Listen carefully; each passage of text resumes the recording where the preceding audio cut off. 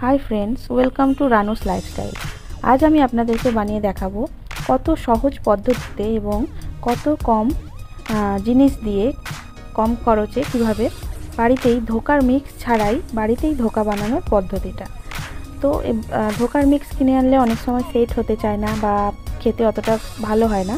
তো বাড়িতে ধোকাটা বানালে কিন্তু খুব সুন্দর লাগে খেতে। তো আজকে আমি সেই রেসিপিটাই আপনাদের সাথে শেয়ার করব। এখানে আমি 200 গ্রাম ছোলার ডাল নিয়ে নিয়েছি, 3 থেকে 4 ঘন্টা ভিজিয়ে নিয়েছি।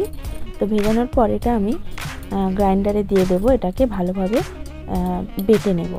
তো আমি এখানে ভালোভাবে ডালটাকে ধুয়ে পরিষ্কার করে নিলাম এবং মিক্সার গ্রাইন্ডারের মধ্যে এটাকে তুলে নিচ্ছি। এবার আমি এর মধ্যে দিয়ে দেব কয়েকটা কাঁচা লঙ্কা এবং পরিমাণ মতো নুন এবং অল্প একটু জল দিয়ে আমি এটাকে বেটে নেব। তো এবার আমি এটাকে একটা বাটিতে নামিয়ে নেব এবং এটাকে ভালোভাবে ফেটিয়ে নেব চামচ দিয়ে। এবার আমি কড়াইতে 3 থেকে 4 চামচ তেল গরম করব। এখানে আমি সাদা তেল নিয়েছি।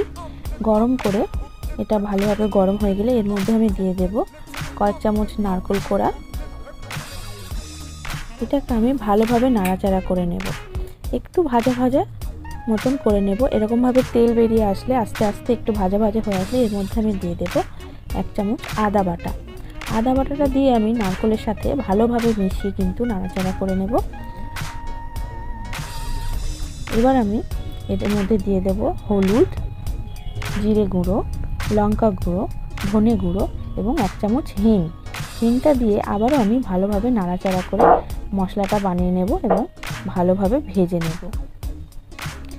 ভাজা হয়ে গেলে এরকমভাবে তো আমি এবারে ডাল বাটাটাকে এর মধ্যে দিয়ে ভালোভাবে নাড়িয়ে নেব। এটা কিন্তু আমি মিডিয়াম ফ্লেমে রেখেছি। এখানে কিন্তু আঁচটা ভীষণ জরুরি, তো আঁচের দিকে খেয়াল রাখবেন। এটা কিন্তু ভীষণ স্টিকি টাইপের হয়, কড়ার তলায় লেগে যেতে পারে। তো এরকমভাবে আমি আঁচ কমিয়ে বাড়িয়ে এরকমভাবে করে নিয়েছি এবং যখন এর মণ্ডটা এরকম হয়ে আসবে তখন কিন্তু এটাকে এবার নামিয়ে নিতে হবে।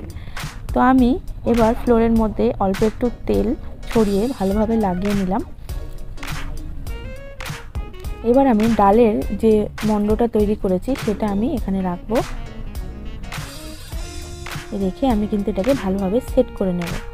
তো এটা কিন্তু আপনাদেরকে সাবধানে করতে হবে, এটা কিন্তু একটু গরম থাকে সামান্য। তো আমি এভাবে হাত দিয়ে সেট করে নিচ্ছি। সেট করে নিয়ে এরকমভাবে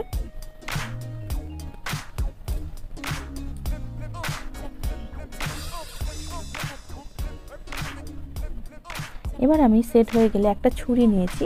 তো ছুরিটার দুপাশে আমি একটু তেল লাগিয়ে নিচ্ছি যাতে কাটতে সুবিধা হয়। তো এরকমভাবে আমি তেলটা লাগিয়ে নিয়ে আমি এবার পিস পিস করে যেমন আমি মাপটা চাইছি তেমনভাবেই কেটে নেব। তো এবার আমি বরফি আকারে করার জন্য এরকমভাবে কাটছি। তো এরকমভাবে কাটলে পরে আকারটা পুরোপুরি বরফির আসে। তো এবার যেটা এক্সট্রা যেগুলো বরফি হচ্ছে না সেগুলো কিন্তু নষ্ট করার জন্য নয়, সেগুলো কিন্তু এক সাইডে রেখে দিয়েছি। এটা দিয়েও কেমনভাবে আপনি ধোকাটা বানাবেন সেটাও আমি দেখিয়ে দেব। তো এগুলো হয়ে গেল, এগুলো আমি প্লেটের মধ্যে তুলে নিলাম। এগুলো পুরোপুরি বরফি কাটা হয়ে গেছে। এবার আমি যেগুলো এক্সট্রা ছিল সেগুলো নিয়ে নিচ্ছি। আমি এরকমভাবে হাতের সাহায্যে ঠেসে নিয়ে আবারও একটা শেপ বানিয়ে নেব। হাতে কিন্তু আমি একটু তেল লাগিয়ে নিয়েছি। নেওয়ার পর এরকমভাবে আমি চৌকো করে কেটে নেব। কেটে নেওয়ার পর এটা আমি আঙুল দিয়ে কিন্তু বরফির শেপ করব হাতেই। তো দেখুন এটা সুন্দরভাবে হয়ে গেল। তো সবকটা আমি এরকমভাবে করে নিলাম। এবার আমি বাটিতে 1 চামচ ময়দা গুলে নিলাম। একটু ব্যাটারটা একটু ঘন হবে, খুব বেশি পাতলা হবে না, খুব বেশি মোটা হবে না। এইভাবে আমি বরফিগুলোর সাইডে এরকমভাবে হালকা হালকা করে ময়দাটা লাগিয়ে দিলাম।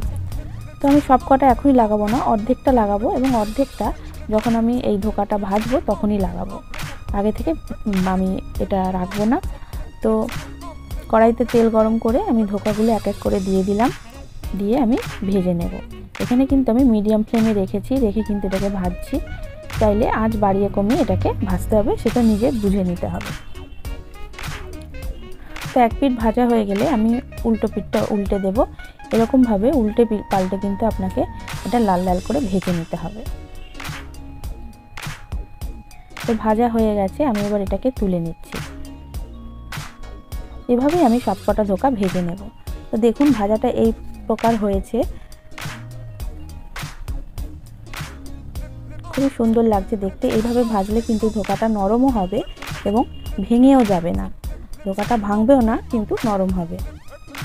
তো এবার আমি ধোকার গ্রেভির জন্য মশলা বানাবো। এখানে নিয়েছি 1 চামচ আদা, 1 চামচ হলুদ গুঁড়ো, 1 চামচ লঙ্কা গুঁড়ো, 1 চামচ জিরে, 1 চামচ ধনে এবং একটু কাশ্মীরি লঙ্কা দিয়ে আমি এটাকে ভালোভাবে একটা পেস্ট বানিয়ে জল দিয়ে রেখে দেবো। এবার আমি আলু কেটে নেব টুকরো টুকরো করে, যেমন হয়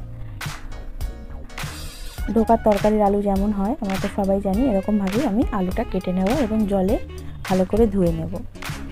এবার আমি কড়াই বসিয়ে দেব, কড়াইতে তেল গরম করে দিয়ে দেব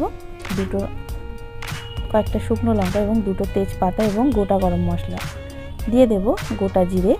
এবার আমি মশলাটা ভালোভাবে ফুটে গেলে আমি দিয়ে দেব আলুগুলো দিয়ে ভালোভাবে ভেজে নেব। একটু ভাজা ভাজা হয়ে গেলে 3 থেকে 4 চামচ নারকেল কোরানো এর মধ্যে মিশিয়ে দেব, দিয়ে আবারও আমি ভালোভাবে নাড়াচাড়া করে নারকেলের সাথে আলুটা কিন্তু ভাজা ভাজা করে নেব। এরকমভাবে তেল বেরিয়ে এলে আমি কিন্তু এবার যে মশলার পেস্টটা বানিয়ে রেখেছিলাম সেই পেস্টটা এবার এর মধ্যে ঢেলে দেব, দিয়ে আমি আবারও ভালোভাবে নাড়াচাড়া করে মশলাটাকে আলু এবং নারকেলের সাথে কষিয়ে নেব। এরকমভাবে কিন্তু তেল ছাড়তে শুরু করবে। এরকম তেল ছেড়ে দিলে আবারও নাড়াচাড়া করে দিয়ে দেব 1/2 চামচ হিং, দিয়ে আমি আবারও ভালোভাবে নাড়াচাড়া করে নেব। এবার আমি দিয়ে দেব ছোট্ট একটা টমেটো কুচি, দিয়ে আমি ভালোভাবে নাড়াচাড়া করে নেব এবং আস্তে আস্তে কষানো হয়ে গেলে আমি এতে পরিমাণ মতন যতটা আমি ঝোল করতে চাই ততটা আমি জল দিয়ে দেব। ধোকায় কিন্তু বেশি ঝোল হয় না, কিন্তু ধোকাটা দিলে একটুখানি ঝোল টানে, গ্রেভিটা একটু কমে যায়। আমি পরিমাণ মতন এতে জল দিয়ে দিলাম এবং ঢাকা দিলাম যাতে আলুটাও সেদ্ধ হয় এবং ঝোলটাও ফোটে। তো ঝোলটা ফুটে গেছে এখানে, এবার আমি খুলে দেখাবো। আলুটাও সেদ্ধ হয়ে গেছে, আমি দেখে নিলাম। এবার আমি ধোকাগুলো আস্তে আস্তে এই ঝোলের মধ্যেই তুলে দিলাম।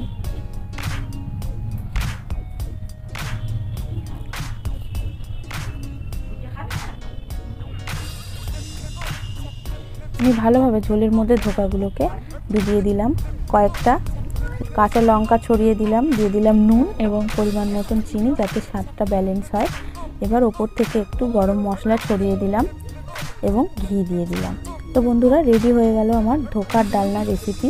ধোকা বানানো সহ খুবই সহজ এবং ইজি প্রসেসে নিরামিষের দিনে কিন্তু এটা বানানো যেতে পারে। এটা রুটি, পরোটা বা লুচির সাথে কিন্তু দুর্দান্ত খেতে লাগে। তো এরকমভাবে আমি লুচিও বানিয়ে নিলাম। তো বন্ধুরা, রেডি হয়ে গেল আমার ধোকার ডালনা রেসিপিটা। এটা নিরামিষের দিনে আপনারা বাড়িতে বানাতে পারেন, যে কোনো পুজো আর্চার দিনে। তো আপনারা অবশ্যই এই রেসিপিটাকে বাড়িতে ট্রাই করে দেখবেন, খুবই ইজি প্রসেসে। তাহলে আজ এই অবধি থাক, আবার দেখাবো অন্য কোনো রেসিপির সাথে। নমস্কার।